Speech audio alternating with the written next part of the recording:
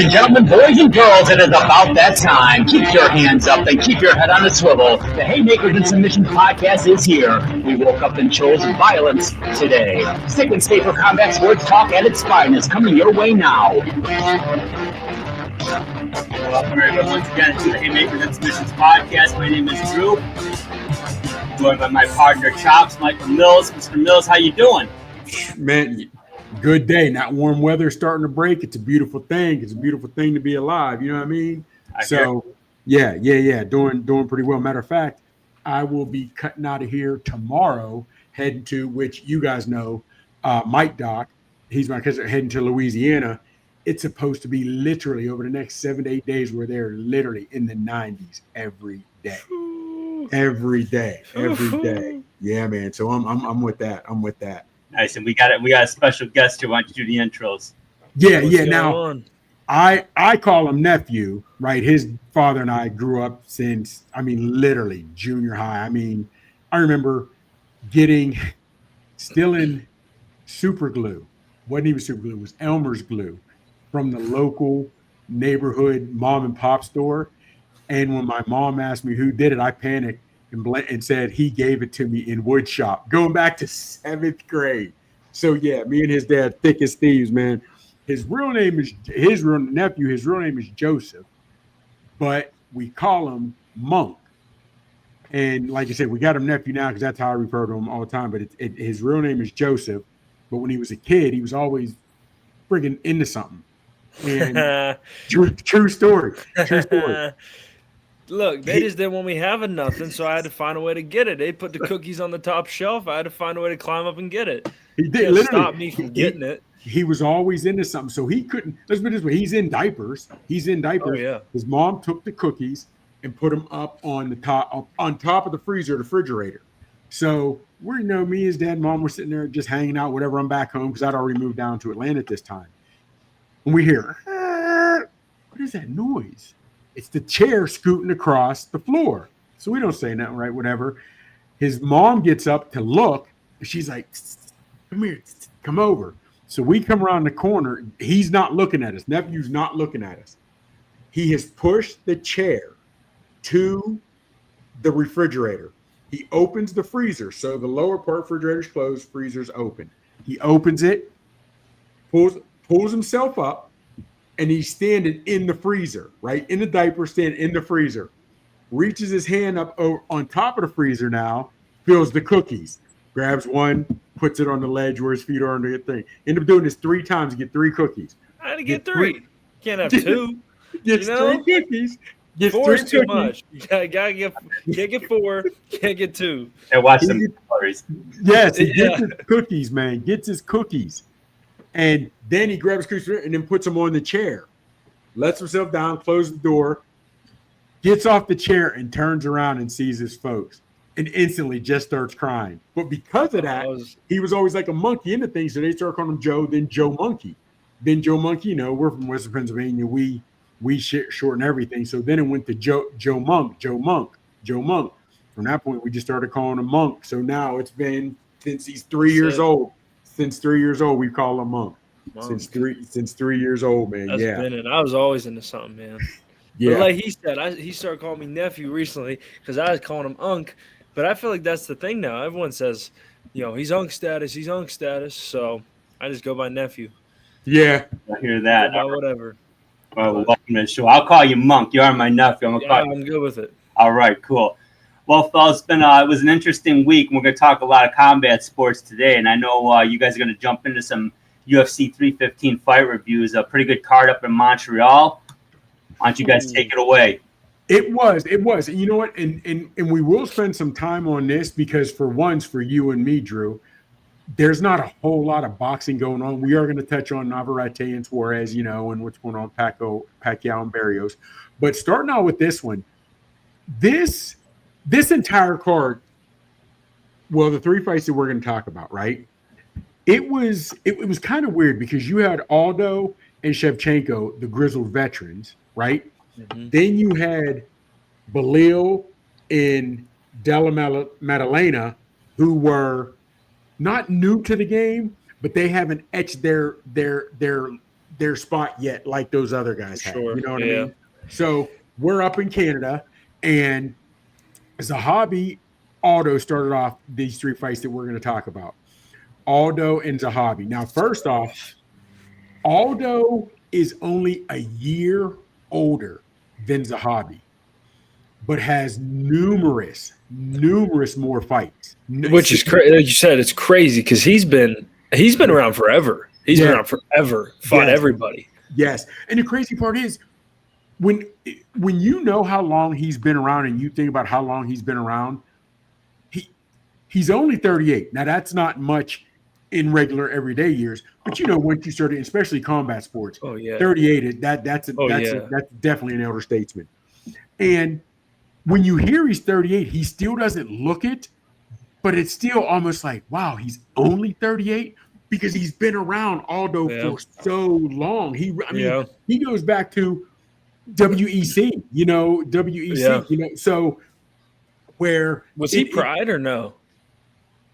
I don't think Aldo fought. I don't know. I don't think he fought Strikeforce because he was already not Strikeforce. I remember him in WEC. I don't know if he was in Pride though. I don't think he wasn't because I think he was already in WEC, whatever, and fighting, over in Brazil, whatever have you. But he's been doing it a long time, forever. Okay, now I was really looking forward to this fight because I was looking for Aldo to come back, have a good performance. Leading into it, okay. Well, before we start, Nephew, what was your mindset on the fight leading up to it? Before fight week, leading up to it, before they stepped in the octagon, what were you thinking? To be honest, I don't know if we talked about this or I talked to Dad about it, but I thought he looked good from his last fight because he just fought. He just fought back in. Was it before?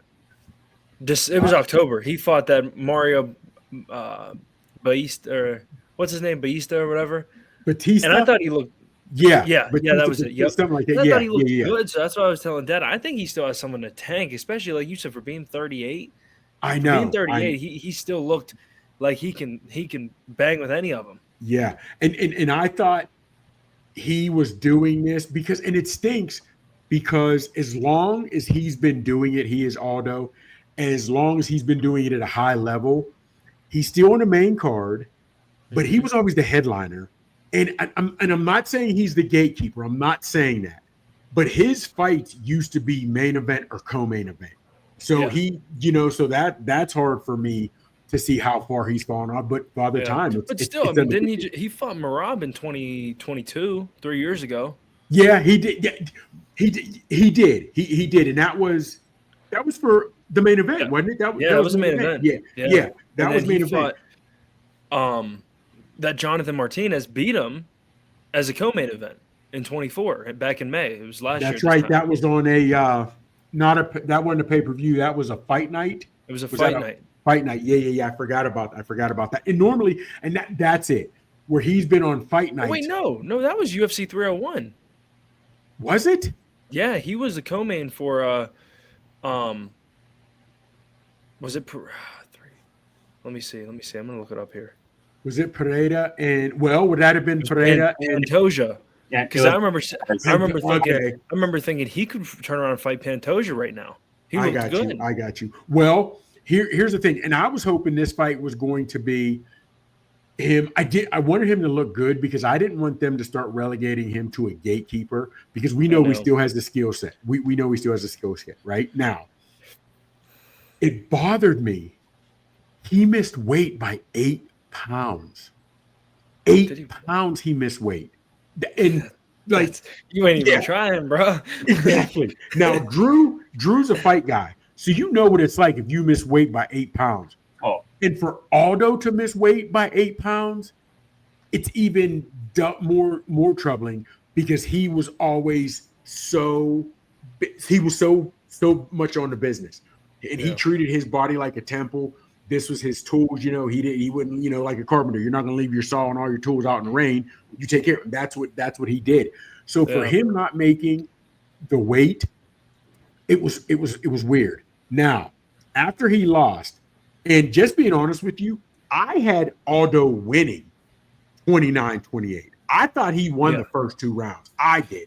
the last round because he gassed. He really, he and gassed. that was really what it came down to, because I had the same thing, and that's like something I was reading on Ag or Twitter the other day. Someone was saying like biggest robbery, and this is such a huge. Like, I hate that term, because it's like, dude, it wasn't a robbery; it was a close fight. It could have went either way. Yeah, you know what? And that's, as we say on the show, nephew, it's not a hill I'm willing to die on. So the fact that I don't want to say gave it to, but the fact that they chose Zahabi, number one. It's a little bit of home cooking because they were in Canada, so that's a little bit of home cooking. Yeah, I thought that too.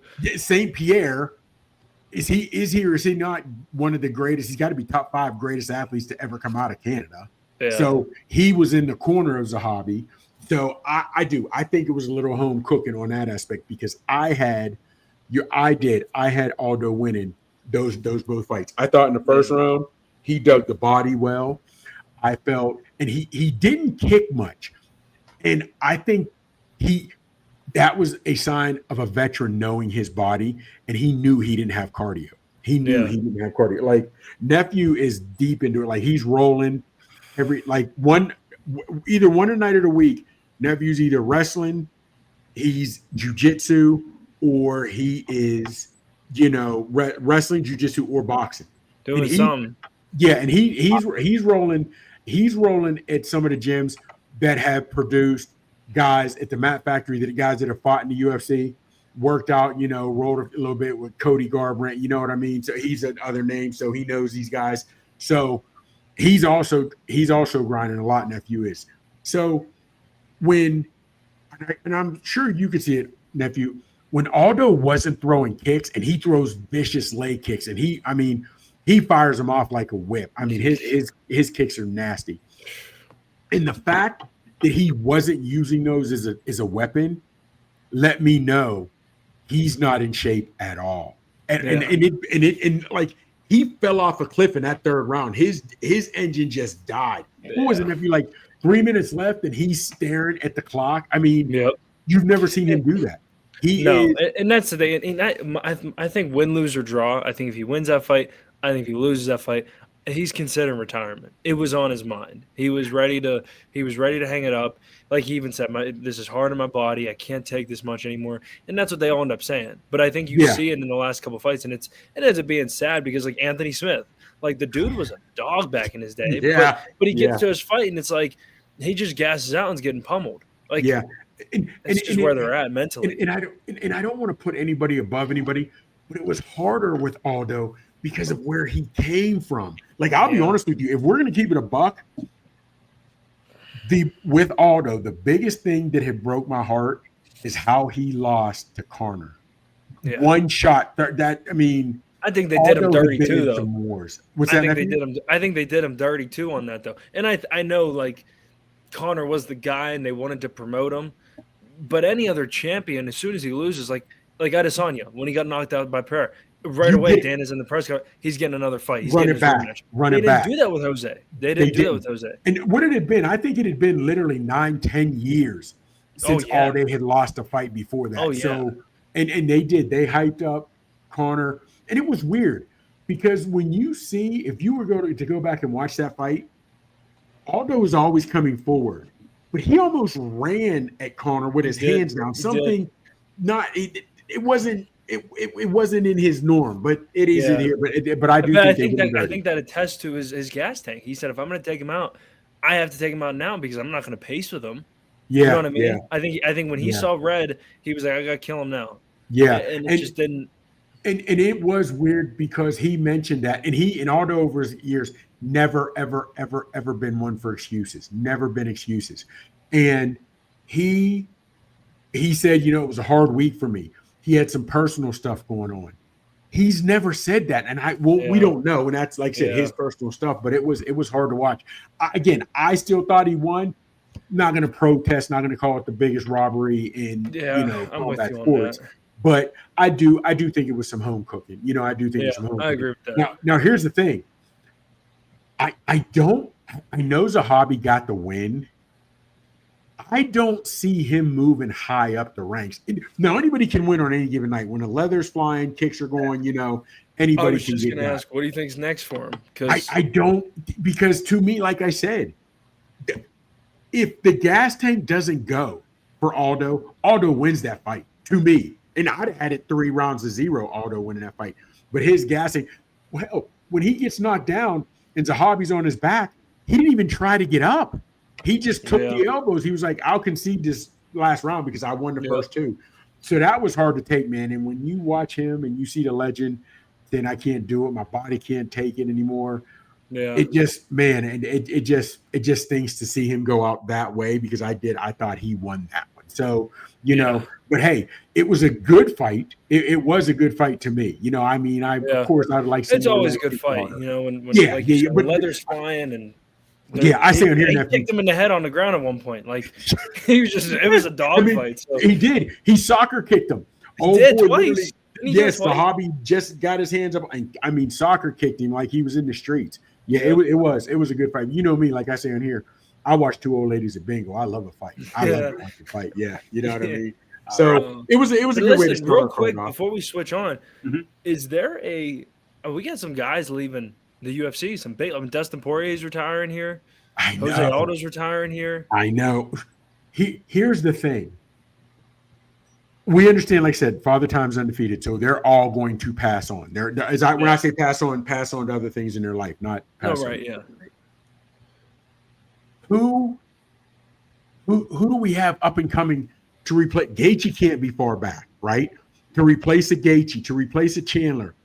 I don't know how many more Oliveira has. Now your boy, whether Poirier, this is his last one, Aldo.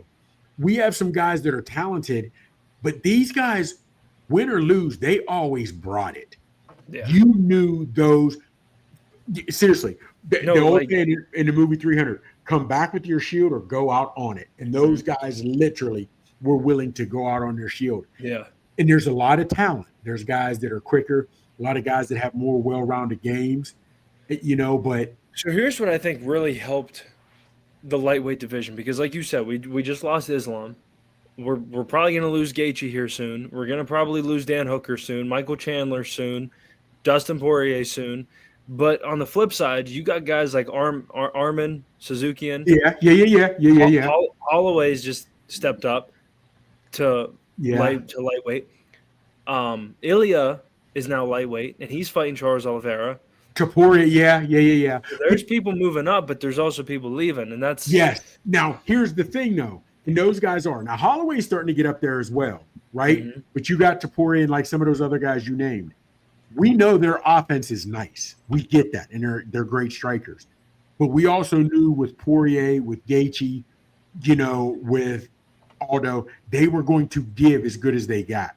We need to see Poirier and some of these other guys get tested to see if they'll fight through the adversity. You know what I mean? So I am looking to see. But again, we got up and comers, so it's sad that we're seeing a lot of the established veterans go, but it's good because it's exciting. What's next? And like you figure, you know, we have guys that are on Contender Series that start out as, you know, the Ultimate Fighter show that have worked up for belts. So it's hard to say. And you got to give Dana credit, whether you like him or not, or like some of his business practices. He does put some of the best.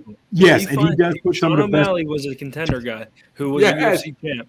And I'm not trying to be funny, but he's becoming the face of their brand. Yeah. So guys like that, he does have a way to find people. Yeah. And so I'm interested to see where it goes and how these fighters, and if they have it, they have it. If they don't, they don't. But Dana will make sure that he finds out. Yeah. He does not do like boxing where he protects their undefeated records. Dana does not do that. I was just watching something today, Mike, about it was TJ Dillashaw talking about Cody Garbrandt when they fought. And he said TJ said on a podcast, he says when Cody beat Dominic Cruz, they dumped $6 million of promotions into him because they wanted him to be the new brand. And he turned around and got knocked out twice by TJ Dillashaw. They don't care about you. No. You're undefeated. They don't. No, they dumped $6 million into him, and he gets turned around. Like, they don't care about that. Yeah. So like you said, like he's going to find people and he's going to test people. Yeah. Yes, they're putting on the best fights.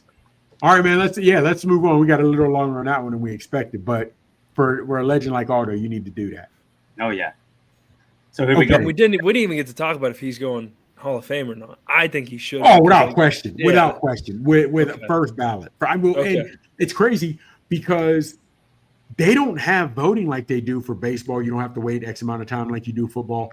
Dana just announced this. Like you saw real quick when the Lioness got in, right? She didn't even know. Amanda knew. She didn't even know. She was just sitting in the crowd, and you could see by her reaction. She didn't even know she was getting it. They do that in the event center. They're like, if anyone thinks they should be Hall of Fame, clap your hands, and everyone starts clapping. They just induct them. Like it's he's in. We put a video together. He's in. It's like a bunch of guys hanging out at the bar. It's like, hey, you want another round? Yeah, okay, we're getting around. That's how they do. You think you're in the Hall of Fame? Yeah, cool. Here we go. Yeah.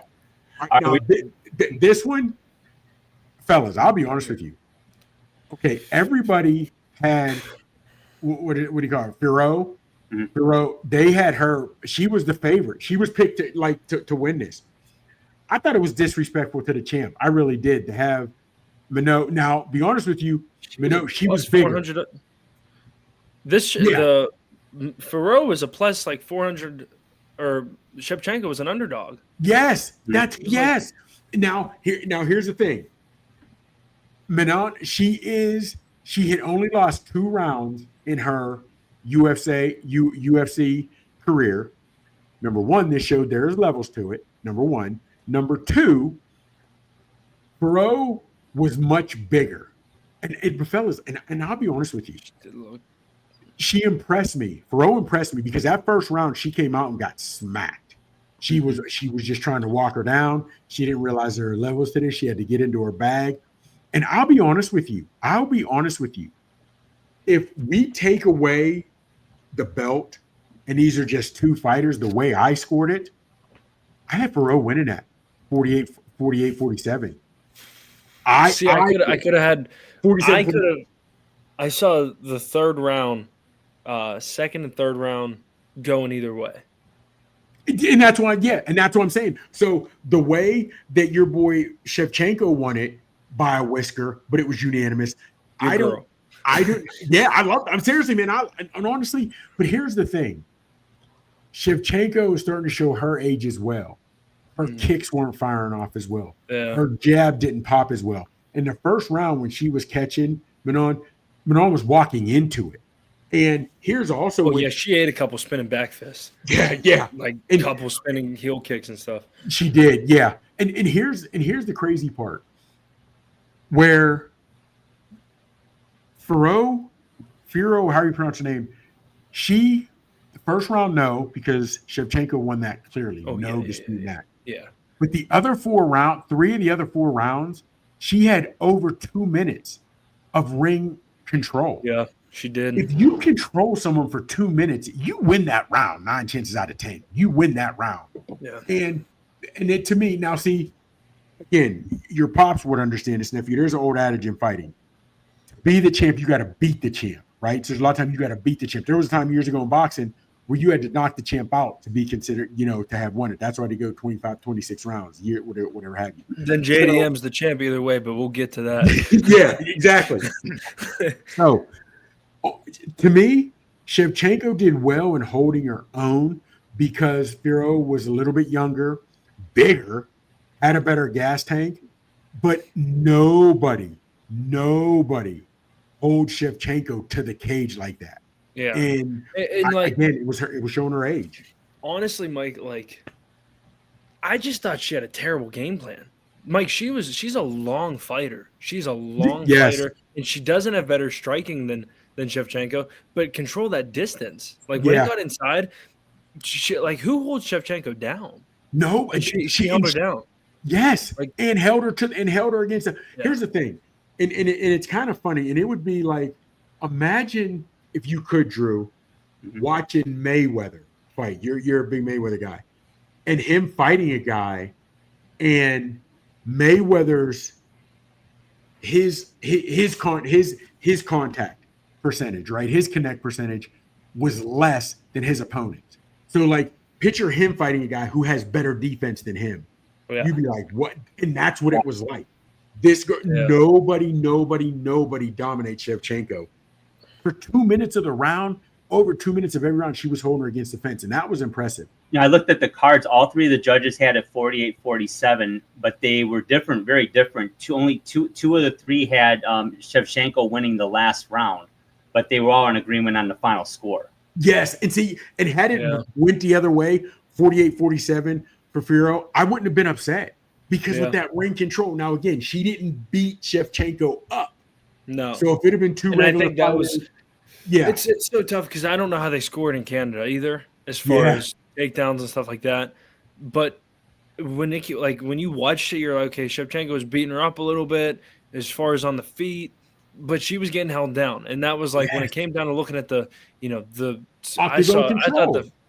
first or second, third, and fourth rounds, I was like, really, it could have went anywhere. Yes, absolutely. And it was just tough for me to say, okay, man, I really think she got robbed. Like, it wasn't one of those things. It was like, okay, I could see Shevchenko beating her, but like you said, if you want to be the champ, you got to beat the champ. Yeah. So to me, it wasn't like I'm mad about that decision.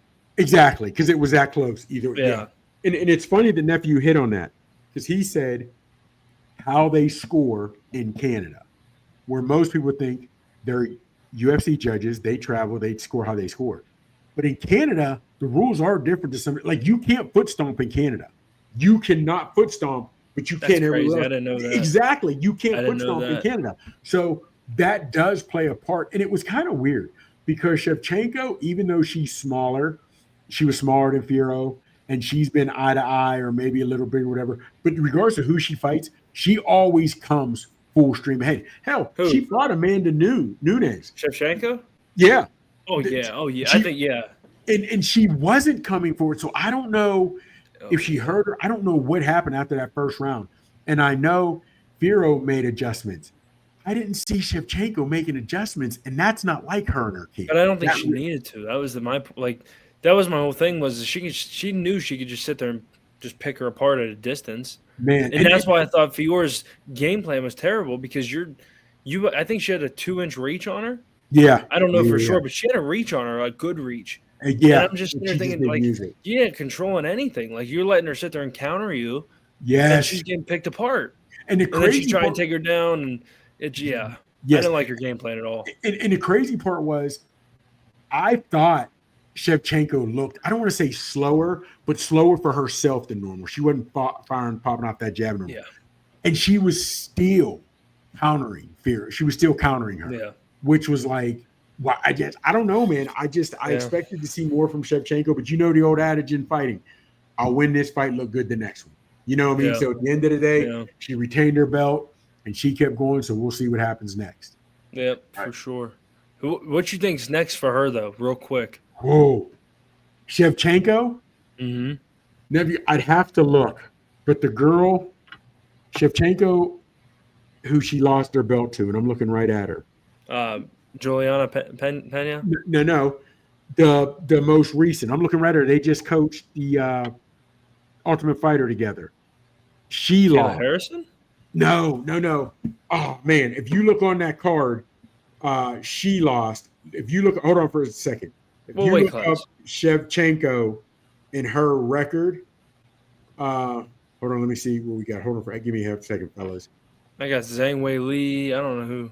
Who's their last 2 or 3 fights? You got me on this. As soon as you're gonna hear. Hold on, man. As soon as I say her name, you're going to know who I'm referring to. And I can't believe I'm having a brain fart like this. She beat Alex Grasso. Alex Grasso. Okay. Right? I didn't know she lost to her. Yes, she lost to Grasso, right?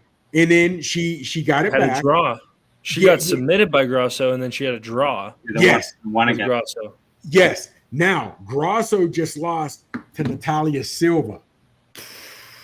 She looked real good.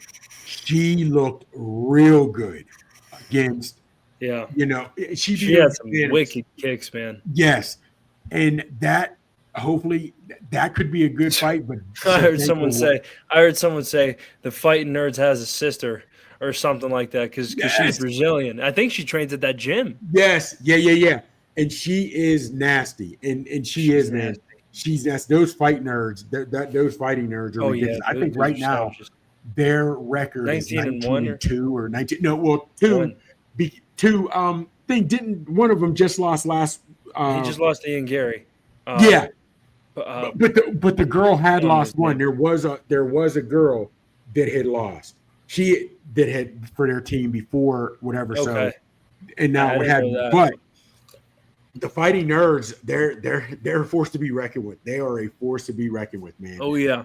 Yeah, so we'll see how that goes. But I'm glad Schevchenko got the win. But I'm interested. Drew, you know about the Fighting Nerds or no? I'm familiar, but not that familiar. Okay, I was to say there's like 4 or 5 guys out of this gym in Rio, and they're just monsters. Just savages. They're just monsters. They are, and they come in with the glasses like you got the Harry Carey. The glasses and the tape, and they do. They're coming looking like clowns, but when it comes fight time, yes. But what did your boy say in Gladiator? On my sign, unleash hell. As soon as they lock them gates and say, "Yo, fellas, go at it," they unleash hell. They are no joke. Yeah. So I'd like to see Natalia Silva go against Schevchenko, but Shevchenko's got it, and she's 37. I know she's 37. That'd be some high level sparring. Oh, exactly. Striking. High level. Yeah, high level. But I think Shevchenko would take her down. But Sylvia's a black belt in jiu-jitsu as well. Oh, she's that's a black belt in jiu-jitsu as well. So it'll be good. That'll be a good one, regardless. If that's what we could line up, that will definitely be a good one. We'll talk to Dana. All right. Yeah. You gonna give a call, nephew? There you go. Put in a good one for us too. Yeah. All right. That final fight, the main event. What we got, fellas? Nephew, I'll let you go ahead. I'll let you go ahead and kick this one off. I was gonna say, to be honest with you, Mike, Belal, in my opinion, is well-rounded. I think he's good everywhere, but I didn't think he was the guy. I never thought he was that championship. Just when you think of a champion, Belal didn't come to my mind. He was one of those guys that's just solid. When he's grinding. You see him on someone's, yeah, he is.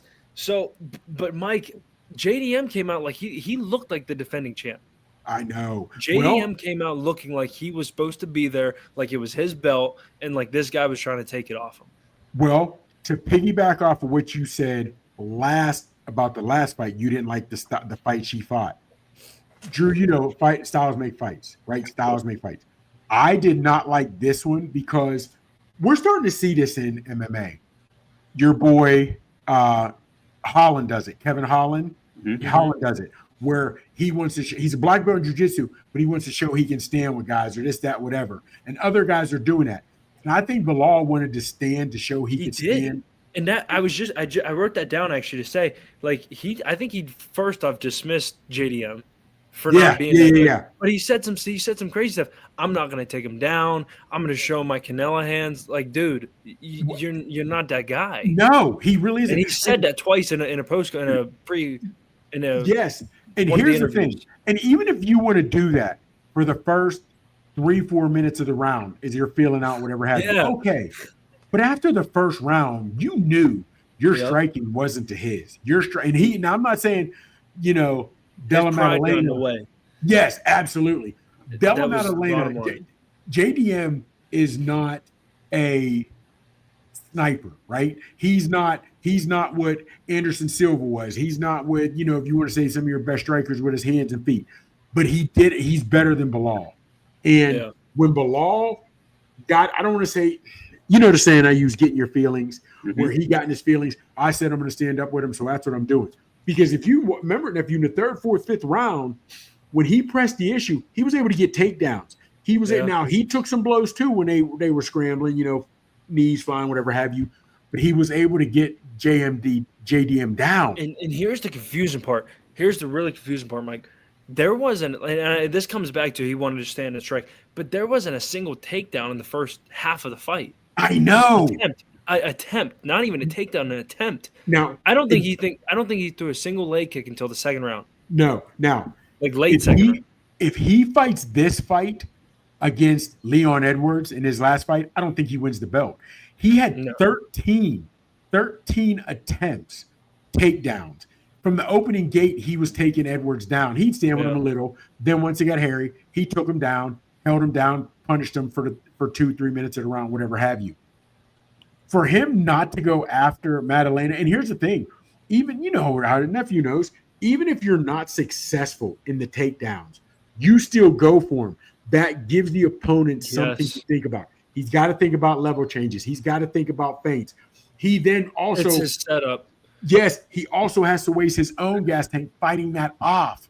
Yeah. And to me, I think I do, man. I think he is kicking himself. I think Belal is kicking himself. I heard people saying some crazy stuff like, oh, he was overtrained, he didn't look good, this, that, and the other thing. Like, Mike, I think it was just, first off, I think it was bad style for Belal. Absolutely. Belal. The fact that he said he wanted to stand up. He was throwing air. Yes. And even in boxing, he was throwing air. That gasses dudes out. When you're throwing that hard and missing, not connecting at all, you're going to get gassed out. And I think he just was throwing air. He's not a great striker. He's solid everywhere, but he is a good wrestler. You're not putting him in Makhachev. You're not putting him in Khabib's level of wrestling. You're not putting him in Cormier's wrestling. But he's a strong wrestler. And for him to stand there and want to bang the whole time, that would, to me, and you saw his face at the end of the fight. Face looked like hamburger. That's what you get. And but he came into it like that. He's got that nose on him. Yeah. And even Maddalena's nose looked like the letter S towards the end. He took some shots too. Yeah. But he weathered the storm. And you can appreciate this, Drew. His corner got in his face the same way Teddy Atlas got in Michael Moore's face. You got more time. You got his 10 minutes and you're the champ. Don't give it up. Don't give it up. And he didn't. And even though he was winning the fight, I thought he was winning the fight. Maddalena, he did not ease off the gas in the 5th round. He went for the end. He went to end. Well, I'm glad you brought that up because 2 of the 3 judges that had a 48-47, Maddalena won the last round on those 2 cards. Did you think it was that close, Neff? Did you think it was that close? No, me neither. I thought they scored a perfect with the one judge scored a 49-46. I thought that was a perfect score. Yes, that's what I had. Thought that was a perfect score. That's what I had. That's what I had. Yeah. But it was but JDM, I think JDM was in a flow state. The dude was just on point. I think he did a great job of switching back and forth to southpaw. I think he was constantly pumping that jab. And what it was, and what it was, he was gaining.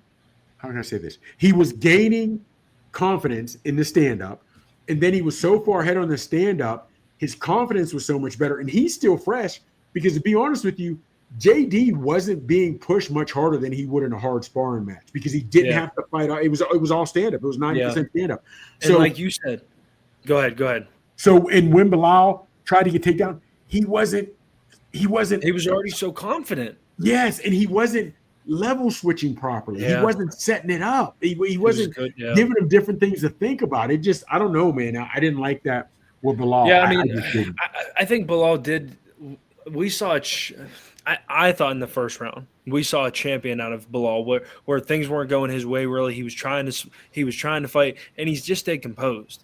And to me, that's where, like, okay, the dude is a champ. Like, you can tell he's been in those hard situations. Yeah, he's been in those brutal rounds where he can just sit there and say, you know what, I'm going to grind this out and I'm going to keep going. So I did see that out of Belal, and I liked it. I was okay. He's got a little bit of grit to him, but I thought it was JDM's night. Oh, without question. But I think Belal's style let it be that. Now, they're already talking about JDM called out Islam Makhachev. No, Makhachev's moving up. He said but I don't know if you saw the interview. He did mention his name. JDM has to realize, strike-wise, Makhachev's not in his realm. No. But this wrestling, there's levels to this. Those Russians don't care about, I'm going to stand and bang. No, I'm going to drop and do what I'm good at. I'm going to drop you on your head. There are those Daghestanis. As we've talked about those Daghestanis. Sorry. It's going to be, and I'm interested. And Makhachev Islam's not even going to be worried about jumping up in weight. He's not going to be worried about, I've got to go from 155 to 170, and how do I properly carry this? Because he is training with lions every day. He walks around at 200 pounds. Yeah, man. Yeah, I'm interested. For him. It didn't even take 24 good hours. He's like, I relinquished it. I'm done.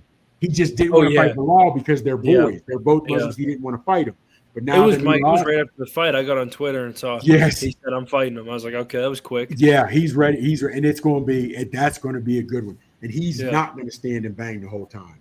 No, he's going to dump him on his head. And that's why I want to see where JDM's at. But really, and that's where I wanted to ask you, like, Are we seeing a little bit of a new era in the 170 division? There's some dogs in that division. Oh, yes, JDM's a champ. absolutely. There's Islam Absolutely. Makhachev. Sean Brady just had a Yes. beautiful performance. Jaquan Buckley, who I Buck, think is going to yeah. be fighting. I think he's going to be fighting Kamaru Usman. Kamaru Usman and Islam, they're boys. So They if that are. comes, if Buckley and Kamar fight and Kamar beats him, and then there could be a matchup there. But Islam's. I need to see somebody. Ian mess with him Machado, in wrestling. I need Ian to see. Gary. I know. Ian Like, Gary's that the real looks deal. good. I give him the credit. He is the real deal, Jack. Ian Gary Yeah. is the real deal. He shocked me Good. last. Now, can I say something to that point? He Yeah. fought that one of the fighting nerds. The nerd. I had the nerd winning and he lost. I did. No, Mike. I think if there was 30 more seconds in that fight, he beat him. Yes, he let Gary off though. He did. He spent the first 2 rounds getting his range. Third round comes around, and Machado started kind of teeing off. And I think I honestly, Mike, I think Machado kind of gave up on it. Yeah. I honestly think he got a little bit in his head, and when he caught him, I don't remember that kid's name. I got to find that kid's name because it's bothering me. But when he caught him, he went down, and he just kind of gave up. Yeah. He was just kind of laying there. He did. That was a good one though. And if they, like you said, 30 more seconds, it could be a different. Carlos Paredes. Yeah, Paredes. Yes, Paredes. Yeah, Paredes. That was a good one. That kid's no joke either. He's young. He's like, I think like 24, 25 or something. And he's only going to get better. That entire gym's only going to get better. Yeah. You know, well, nephew, we appreciate having you. You know what I mean? And you can always, me and you, every time there's a UFC between me, him, and his dad, we're texting, going back and forth anyway. You know what I mean? So whenever there's another good one, you want to come on, or some big MMA news is on, by all means, you're more than welcome. There's some big fights coming up, so. Absolutely. We'll definitely be in touch. We'll be on. And now here's the good part. Now, nephew, he started out as a kid wrestling, right? He was a wrestler. Then he switched over to the MMA. His dad now doing martial arts years as well. So he started out as in wrestling to get the base. Now he's jiu-jitsu, whatever have you, still wrestling. But he's also starting to box. So he's starting to get into the boxing. And the good part about it, me and him are always going back and forth. I'm sending him videos. He's now starting to see, Drew, the difference between when they say I'm an MMA boxer and a boxer. Oh yeah, so much. There's some speed on them punches. And like the other day, so for example, like Ilia Topuria. Right now, I think he's one of the best boxers in the UFC. But he came closing in on Max Holloway when he had him hurt, shoulders down to hands down to his chest, and he's not worried about nothing because it's not boxing. And that you don't like when you see that in boxing, guys start bringing those hands down. Those dudes are too fast for that. Yeah, that's all. So, and the way the combinations flow and just man. The way the combinations flow, but he's now starting to see it. Matter of fact, training. Matter of fact, he trains a guy. He's retired now, but was a pro boxer back from our hometown. Trying to get up with him, get him on our show, whatever. That's awesome. Yeah, anytime you want to come back, Monk, we appreciate you. For sure. I appreciate you guys bringing me on. All right, nephew. Appreciate it, man. Love you. Do your thing. Sir. Take care. All right, Chops, we're going to jump into boxing. It's good having nephew on there. Monk, he's a good dude. Anytime he's welcome back. Appreciate it. But here we go. Let's talk about that Navarette Suarez fight. Wow.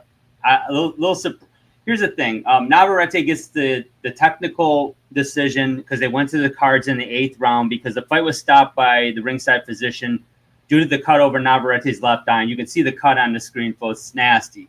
But it was ruled an accidental headbutt, Chops. I didn't think it was in real time. I sure as hell didn't think it was after multiple replays, but yet they said it was. I'm really perplexed. Now, I like Navarette. All the judges had him winning the fight, and he got the technical decision. Yeah, absolutely. But that was a punch. Without question. And here's the thing. Here's the thing, which I don't want to say a black eye for boxing, but it goes back to the foolishness in boxing, why they've lost fans over the years. That was clearly a punch, clearly. And now at first, Bradley was all over it. Bradley was all over calling it a punch. Mm-hmm. And I understand they ruled how they ruled, and he didn't have a say in that. But I thought he would have been more vocal about it towards the end, but he really wasn't. Now, during when it's live, that was a punch, folks. That was a punch, folks. And he was animated. But once it got, nobody was saying, oh, Suarez got robbed. Suarez got robbed. I didn't even see him clash heads. I saw him come close, but their hair, that might have been Navarette's hair. That to me, we've seen head clashes. That wasn't one. No. And here's also the thing, right? Navarette on his fifth or sixth time finally made weight. Yeah. Finally made weight. Now, I don't know if you saw they were talking about it, Bradley, and the guys are sitting there talking, and the one guy sitting there, I'm looking right at him, I can't remember his name. He says that he was with Navarette and his team. They put him in the sauna with the suit on, put him on treadmill, do different things. Not a drop of sweat. Yeah. But you see how Navarette's built. He doesn't look depleted. Like, okay, prime example. Remember the picture you showed me of Boots Ennis before he rehydrated? You would send a picture a couple weeks. Boots looked depleted, right? Yeah. Garcia looked depleted to some degree in a picture against Garcia. Navarette did not look depleted, right? And he wasn't defined and sculpted.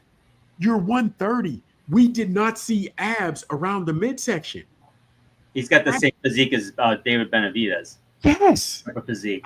I didn't get that. I don't get that. Now, I don't know how hard it is for him to normally make weight. I don't know if he overlooks. He says it is. He says he struggles all the time, and that's got to be something with his training regimen. He said it didn't matter if it was 135 or 130. He struggles to get down to weight. That's a concern. Okay. It's a major concern because if you're struggling to get to 135 and 130, why are you even still fighting at 130? It should be 135 at minimum or go to 140. You know what I mean? But now here's the thing. I'm going to ask you before I answer. He goes to 140, 147. With his style, how do you think he fares?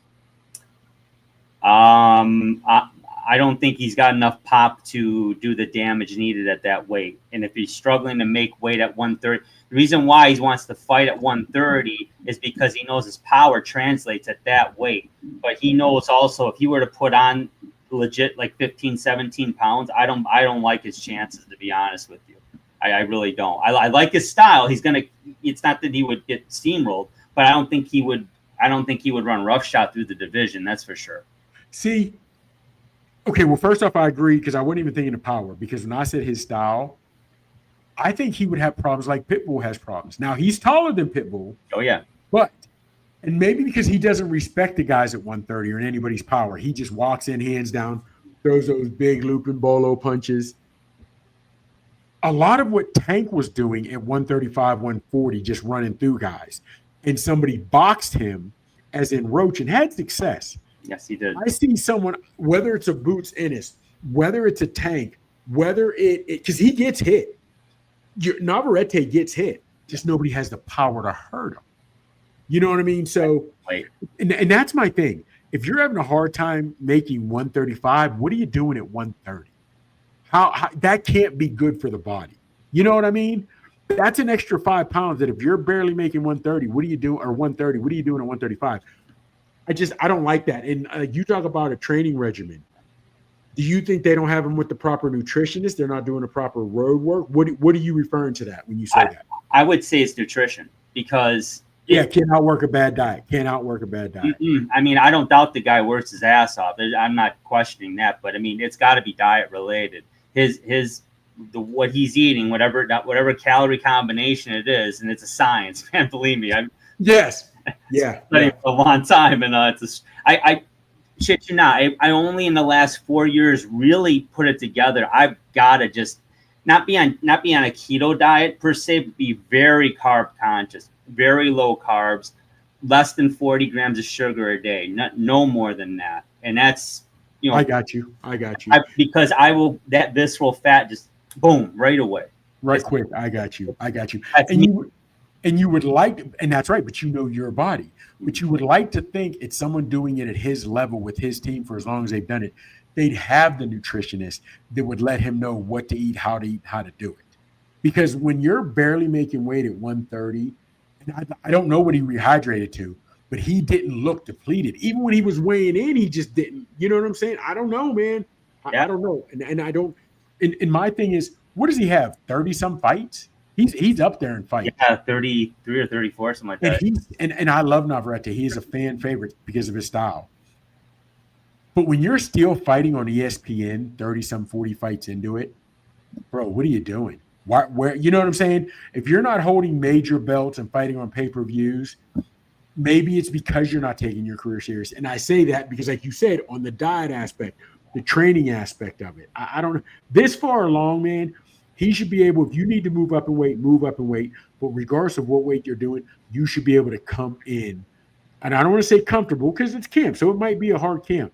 Oh, yeah. But you should be professional enough to make sure you make that weight. That's all I'm saying. Yeah, absolutely. And with the resources that most fighters have, I mean, let's face it, if you're a pro fighter, you've got the resources. You can make it work. You've got to do what you got to do to make it work. Yeah. I want to fight a lower, at a lower weight as long as my power translates. And guys have been doing it for years, and guys have been doing it for decades, well before us and well after us. Guys will do that, and I get it. Don't have a problem with that, but when you're destroying your body or you're not doing it the right way, or when I say the right way, if you're not losing the pounds the right way, you're not on the proper diet the right way, you're shortchanging yourself. And you're even shortchanging your fans, and you're shortchanging your family because you could be a better fighter. You could have better fights. You could make more money. You know what I mean? So it's all tied into that. But I'm always going to watch Navarette. I just like win or lose. I'm always going to watch him. I just hate it for Suarez. I wanted Navarette to win. I'm glad he got the win. I hate how he got it because Suarez got robbed. In my mind, Suarez got robbed. I think the justice here is they and I think they are reviewing this. I think this needs to be a no contest, to be honest with you. I really do. They need to rule us a no contest and have him run it back. I enjoyed the fight, and I would like to see without question. Without question. Now, here's the thing. Will Suarez change it up? And I say that because he took some devastating blows from Navarette. So I got a couple questions for you. Navarette didn't knock him out, even though he battered him a lot, and he even wobbled him, stunned and shocked him. Do you think that was Suarez's chin, or do you think it was a little lack of power because of what Navarette went through to make the weight? That's a really good question. I'll be honest with you. Let me put it this way. If I didn't know about the weight issue and I just was watching the fight, I would just give credit to Suarez's chin. And I'm going to do that because just like I'm going to give credit, there's no doubt that was a punch. He smoked Navarette, and it's a nasty-ass cut. But I'm going to give credit to his chin. That's why I want to see it run back because I think Navarette will beat him again, but I would really like to see the fight because you can see Suarez definitely has more than a puncher's chance. He's got a chin. And now Suarez is in he's a sergeant or something in the Philippine Army. They said if he won that fight, he'd have got a promotion in the military, right? It was tied in somehow. Now, knowing what he knows, I want to see if they come in and push the gas from the start. Let's see, Navarette. Number one, do you have a hard weight cut? If you don't and you make the 130, I still want to see where your gas tank is because nobody gets in better shape. Most people don't get in better shape the older they get. You can say, I'm in better shape now than I was at 20. Yeah, well, if you were 20 drinking beer, eating wings on it, I get that. You know what I'm saying? So I wouldn't know about that. I know what you mean. What? Drinking beer? No, absolutely not. So, so my thing would be they fight the next 6, 8 months, 10 months to a year. I don't see his gas tank getting better. Now, he may eat better and come into – and, man, I feel like that 2 miles, I did 2 miles a minute and a half faster than I did in any other camp. Okay. But now you're having a guy whose cardio is already better than yours. Now he's pushing you. That's different. That live action is – that's different. So I'm willing to see if because he hit Navarette some too. Before that punch, he was trying to give as good as he got. Mm-hmm. He was trying to give, and now he took some of Navarette's biggest blows. So will he change his? Hey, I took those punches. I can stand in there a little bit more. I can stay in the pocket. Will he do that? Will he get caught? This they got to run it back, but it could lead to some interesting game plans on how this is fought.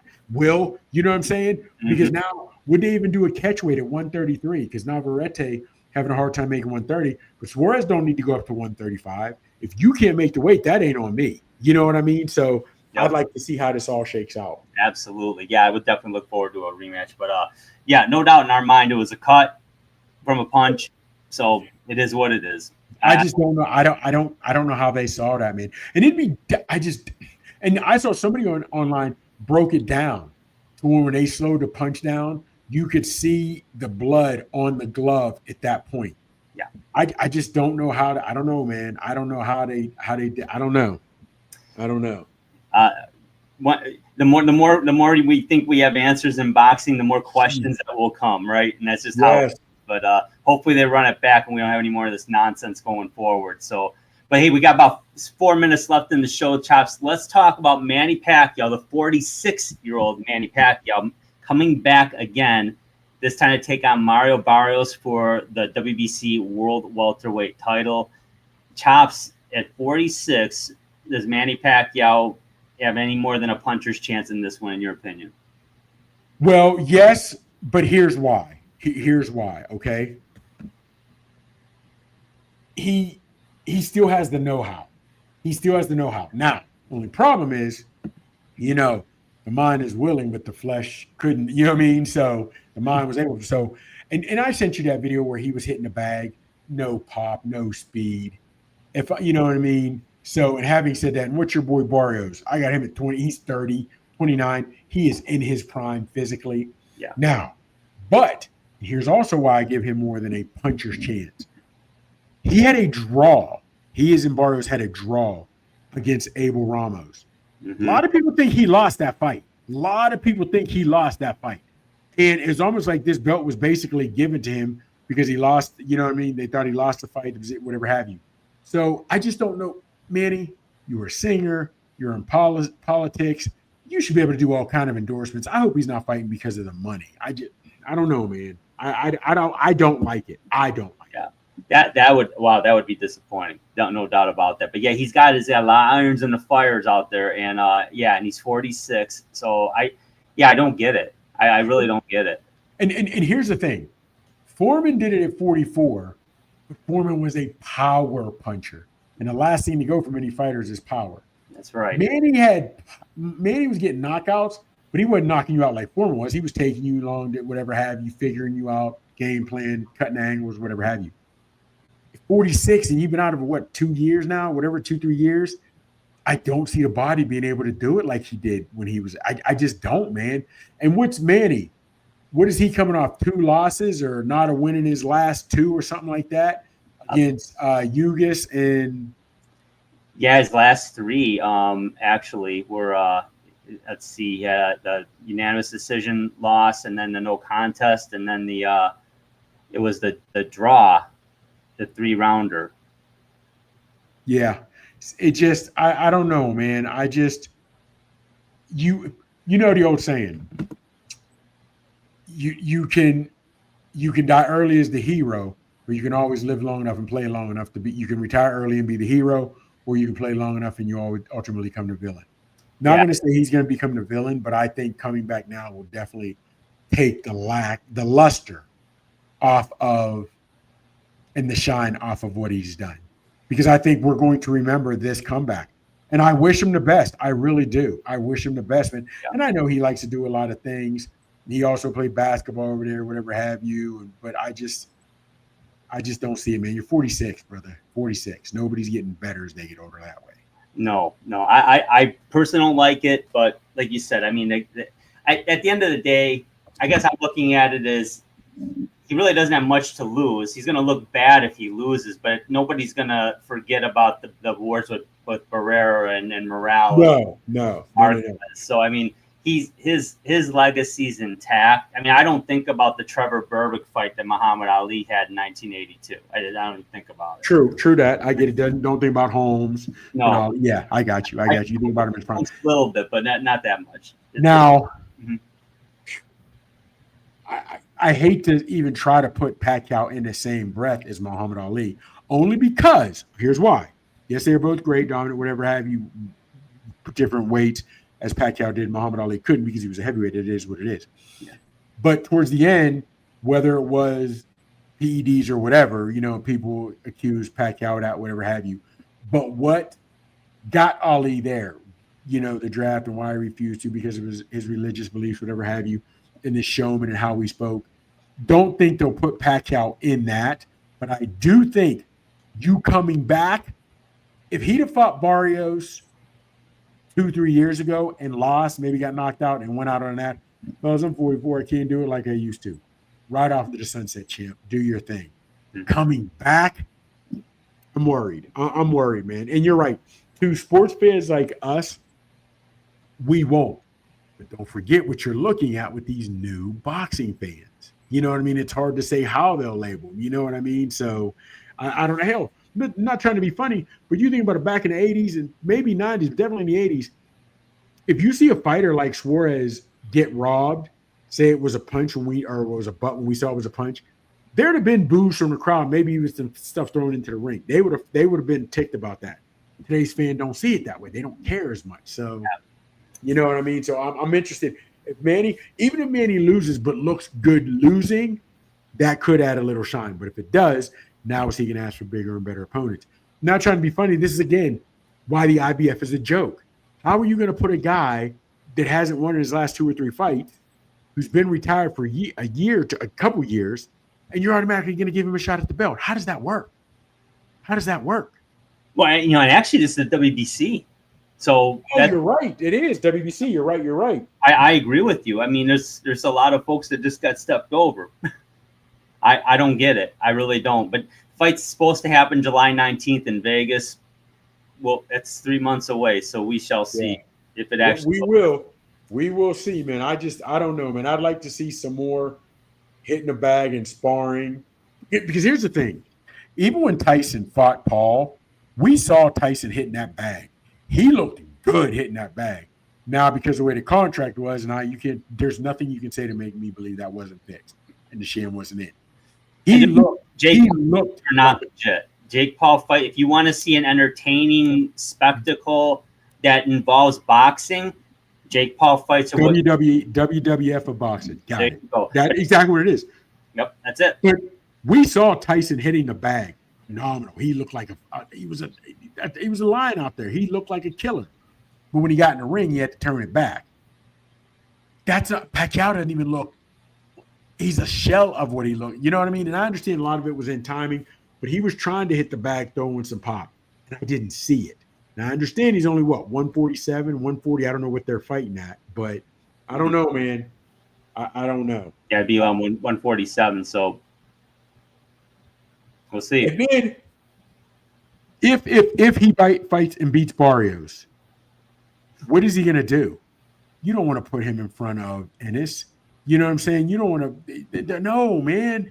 So what are you gonna do? I don't know, man. I don't know. Remains to be seen. I mean, I know the fight's it's signed and it's scheduled for the 19th of July. Let's see what happens. Would he and Thurman run it back? I'd like to see. Oh, no. You know why? One time we'll get him. I truly believe. Oh yeah, that's absolutely. Absolutely. The Thurman we saw a few months ago. Yeah, Pacquiao. That he looked great against Thurman when he fought him. That was like 4 years ago. It was a while.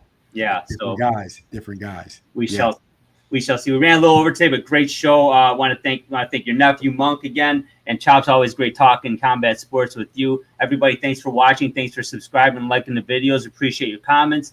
Don't forget to catch us every week Friday night on ESPN Network at 10 p.m. on a Roku channel. For Chops, I'm Drew. Take care, and thanks for watching. We'll talk to you soon.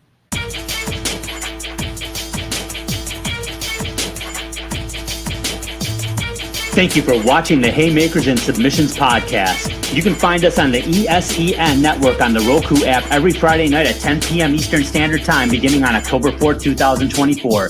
Check us out on Twitter X. Our handle is @HeySubPod, capital H, capital S, capital P. You can also subscribe to our YouTube channel so you don't miss a single episode. Just go to your web browser and type in www.youtube.com/@Haymakers and Submissions Podcast, as we will drop content weekly. Whether it's boxing, MMA, or wrestling that gets you fired up, you'll get all you need right here at the Haymakers and Submissions Podcast.